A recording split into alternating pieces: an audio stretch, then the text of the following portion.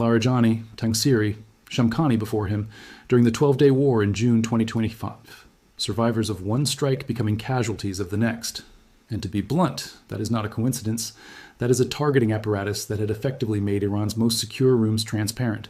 Think about what that actually requires operationally. Not just satellite imagery. Not just intercepted phone calls. It requires knowing who is walking into which building, at which hour, in a country actively trying to hide its own leadership from exactly this kind of strike.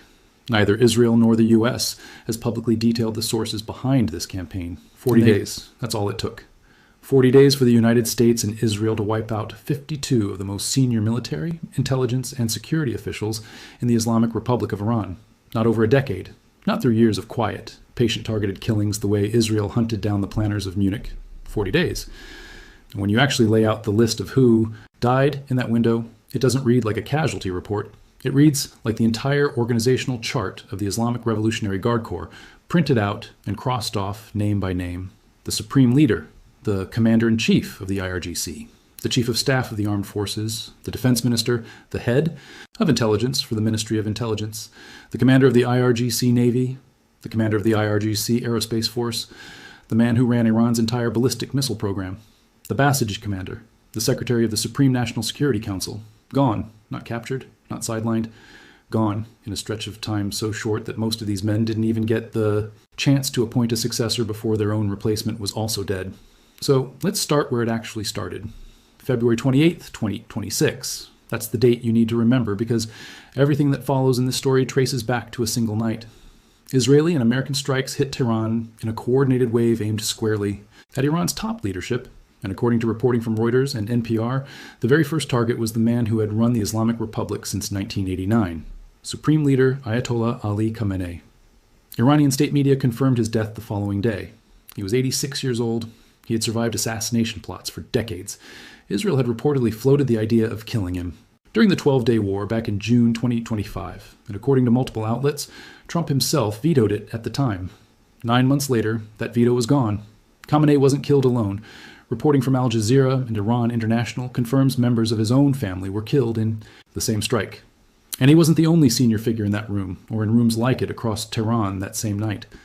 Iran's Defense Council was reportedly meeting when the strikes hit, and that single meeting effectively erased the top of Iran's military command structure in one blow. The IRGC's commander-in-chief, the Armed Forces Chief of Staff, the Defense Minister, and the Secretary of the Defense Council among them.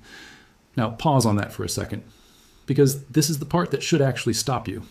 To kill this many senior officials, gathered in secured locations inside a country that has spent decades building one of the most paranoid, compartmentalized security services on Earth, that doesn't happen by accident. That requires knowing exactly who's going to be in a specific room, at a specific time, days or even hours in advance, with enough precision that a strike package can be built and executed before anyone so much as stands up from their chair. Multiple U.S. outlets reported that it was CIA intelligence on the gathering that reportedly moved the timing of the strikes up. That's not a lucky guess.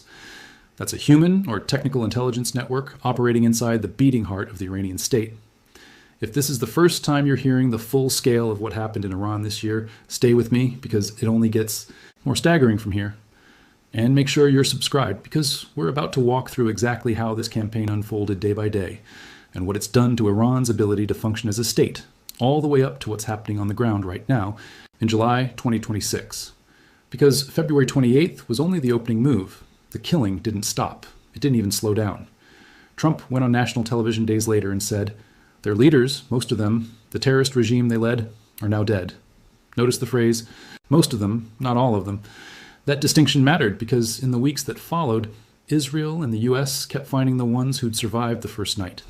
Ali Larijani is the case that shows you exactly how this worked. Larijani had effectively been running the crackdown on Iran's domestic protests before the war even started, and he survived the February 28th strikes. He went into hiding. He moved between secret locations, specifically to avoid being found, according to senior defense sources cited in reporting on his death. It didn't matter. He was killed weeks later, tracked down in a hideout he had chosen precisely because he thought it was safe. IRGC's own naval commander in the Persian Gulf, Alireza Tangsiri, the man who had spent nearly a decade building Iran's naval and Strait of Hormuz strategy, was killed alongside his senior staff during a gathering that was supposed to be secure. Every time someone survived the first wave and relocated, a second wave found them. that is the story we need to actually unpack. Now, not just who died, but how an intelligence campaign of this precision was even possible, and what it did to an organization that had spent 40 years believing it was untouchable. So how do you actually kill 52 of the most protected people in a country in 40 days? Let's break down the timeline, because the pace of this campaign is honestly the part that most people still haven't fully absorbed. After the opening night on February 28th, the strikes kept coming in waves, almost like clockwork. Early March saw senior intelligence officials picked off one after another: deputy ministers, regional commanders, officers running counter-Israel operations inside Iran's own spy services. By mid-March, Iran International's tracking had senior officials falling at a rate of roughly one every few days, sometimes multiple in a single 24-hour period. March 17th was one of the worst days for Tehran's leadership. That's the date Ali Larijani was finally found and killed in the hideout he thought was secure. And on that same day, the Basij forces chief in the capital was also killed. March 20th brought another cluster: an IRGC spokesman, a senior Basij intelligence officer, and, critically, the commander of Iran's aerospace force, the man overseeing the ballistic missile arsenal that Tehran had built its entire deterrence strategy around. By the end of March, the IRGC Navy's top commander, Alireza Tangsiri, was dead, along with much of his senior staff, wiped out in Bandar Abbas during what should have been a secure late-night meeting. By early April, even the IRGC's own intelligence chief, a man who, by the organization's own tribute, had served in Iran's security apparatus for nearly 5 decades, was killed in a joint U.S.-Israeli strike. That's when outlets tracking the campaign, including Iran International, settled on the number that's now become the defining statistic of this entire war: 52 senior Iranian officials confirmed killed, not estimated. Confirmed, cross-referenced across Reuters, Al Jazeera, IRNA, and Wikipedia's own running list of the dead, and that number is only the visible layer. Underneath the 52 named officials, the broader toll on Iran's forces was staggering. Human rights monitors and Israeli military intelligence assessments put total Iranian military deaths in the EU thousands within just the first 2 to 3 weeks of the war, with some estimates climbing into the range of 5,000 to 6,000 IRGC personnel killed and over 15,000 wounded by mid-March. So while the 52 names are what made headlines, they sat on top of a much larger collapse happening across the entire Iranian military structure at every level, not just the top. Here's the question you should be asking right now: how does an organization like the IRGC, which has spent decades treating operational security like a religion, get hunted down this precisely, this consistently, for 40 straight days, without landing a single decisive counterpunch that changed the outcome? Because, make no mistake, Iran did fight back. This wasn't a one-sided massacre where Tehran just sat there and absorbed hits. The IRGC launched missiles and drones against U.S. bases in Bahrain, Kuwait, and Jordan. It fired ballistic missiles at a U.S. carrier group operating in the region. It shut down and mined the Strait of Hormuz, one of the most important oil choke points on the planet, triggering a maritime crisis that rattled global energy markets for months. It hit petrochemical infrastructure in Saudi Arabia. Iran's Quds Force kept coordinating proxy activity through Iraq and Yemen. None of that is nothing. The IRGC is a real deeply institutionalized fighting force, and it kept fighting. But here's what it never solved, not once in 40 days. It could not stop the killing of its own leadership. It could not identify whatever combination of human sources and technical surveillance was feeding real-time locations to U.S. and Israeli targeting systems. Every single time a senior commander survived one wave and quietly relocated to what they believed was a secure, undisclosed location, a follow-up strike found them there anyway. That pattern repeated itself over and over. Larijani, Tangsiri, Shamkhani before him, during the 12-day war in June 2025. Survivors of one strike becoming casualties of the next. And to be blunt, that is not a coincidence. That is a targeting apparatus that had effectively made Iran's most secure rooms transparent. Think about what that actually requires operationally. Not just satellite imagery. Not just intercepted phone calls. It requires knowing who is walking into which building, at which hour, in a country actively trying to hide its own leadership from exactly this kind of strike. Neither Israel nor the U.S. has publicly detailed the sources behind this campaign, and they likely never fully will. But the pattern speaks for itself. 52 confirmed kills across 40 days, with essentially no misses on the targets that mattered. Analysts studying past decapitation campaigns, including Israel's own decade-plus hunt for the Munich Olympics attackers back in the 1970s, have said flatly that nothing in the modern era compares to the speed and completeness of what happened here.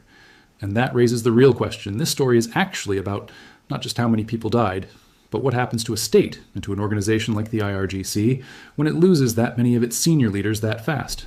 Because losing people is one problem. Losing the institutional knowledge, the personal networks of trust, and the ability to even gather your own leadership in one room without fear of annihilation, that's a completely different kind of damage. And that's exactly where this story goes next. Here's the number that tells you what this campaign actually accomplished, beyond the body count. Iran's ballistic missile launch rate collapsed by roughly 92% from the opening day of the war to where it stood weeks later, dropping from hundreds of launches on day one down to a fraction of that. Its drone launch rate fell by a similar margin. Those aren't numbers you get. The fractured, chaotic diplomacy that followed. And that diplomacy has been a genuine mess. A ceasefire was brokered by Pakistan on April 8, 2026, meant to last 2 weeks while talks continued. It held barely through a memorandum of understanding signed by the two countries' presidents in mid-June. But by early July, according to CNN and Al Jazeera live coverage, that ceasefire had effectively collapsed. Fresh U.S. strikes hit Iran again in the days leading up to July 10th.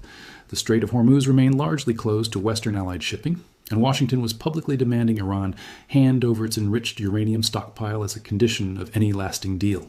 Pro-government crowds in Tehran, still furious over Khamenei's killing, have reportedly been warning the officials leading negotiations, including Parliament Speaker Mohammad Bagher Ghalibaf, not to accept anything that looks like surrender.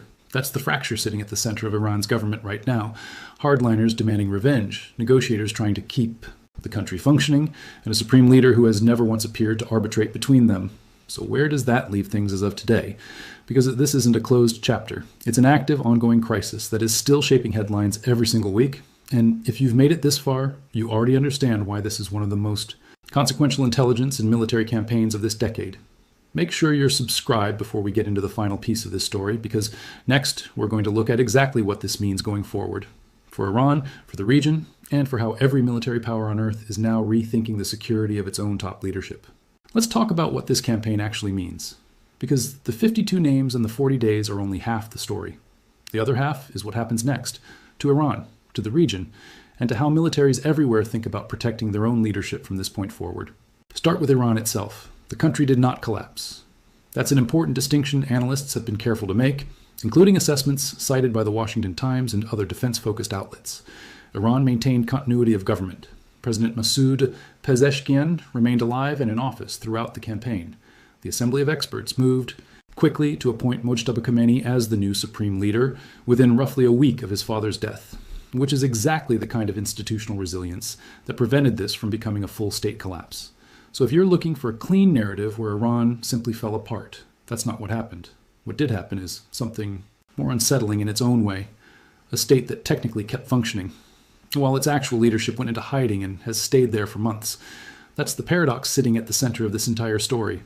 Iran continued to fire missiles. It continued to close and effectively toll the Strait of Hormuz, charging commercial vessels enormous sums, reportedly up to $2 million a ship, just to pass through waters it once controlled without dispute. It kept its proxy network active in Iraq and Yemen. By any traditional measure of state capacity, Iran was still a functioning, still dangerous actor, months after losing 52 of its top commanders. But underneath that surface-level continuity, something had fundamentally changed. A government whose senior leadership cannot meet in a room together, cannot appear in public, and cannot let its own head of state attend his father's funeral, is not operating at full capacity, no matter how many missiles it's still capable of launching. That is degraded statehood dressed up as normal function, and it is going to keep shaping how Iran negotiates, retaliates, and rebuilds for years, not weeks. Now widen the lens to the region, because this war didn't stay contained to Iran and Israel. The Strait of Hormuz crisis alone has been enough to rattle global energy markets for months, given that a meaningful share of the world's seaborne oil normally passes through that waterway. Reporting through mid-July 2026 shows the strait still largely closed to Western Allied shipping, with Iran running what's effectively become a wartime toll operation on any vessel willing to risk the crossing. U.S. Navy assets, including carrier strike groups, have remained in the region well past the initial 40-day campaign, and the ceasefire that Pakistan brokered in April has proven fragile at best. It broke down again in early July, with fresh strikes hitting Iranian targets and Iran firing back, before both sides pulled back toward negotiations. Once more, Qatar and Pakistan have continued working as mediators, and there's now reportedly an emerging diplomatic track involving Beijing as well, which tells you how far this conflict has pulled outside powers into the room. And then there's the part of this story that goes beyond Iran entirely, the part every serious military planner on the planet is now studying. This campaign proved something that a lot of governments suspected but had never seen demonstrated at this scale, that modern surveillance, intelligence penetration, and precision strike capability can locate and eliminate a nation's entire senior leadership structure faster than that structure can adapt, hide, or reconstitute itself. That is a genuinely new fact about the nature of modern warfare, and it's one that doesn't stay confined to Iran. Every government with senior military leadership anywhere in the world now has to reckon with the reality that gathering your top commanders in one place, meeting on a predictable schedule, or maintaining any kind of public routine can become the single most dangerous decision an institution makes. That's not a hypothetical.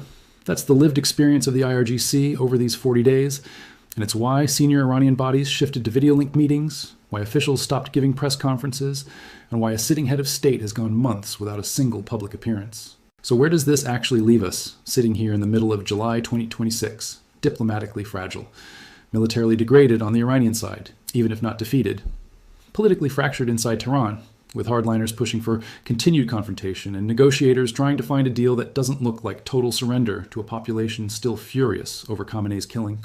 And strategically, the entire episode stands as the fastest, most complete decapitation of a state's military leadership in modern recorded history.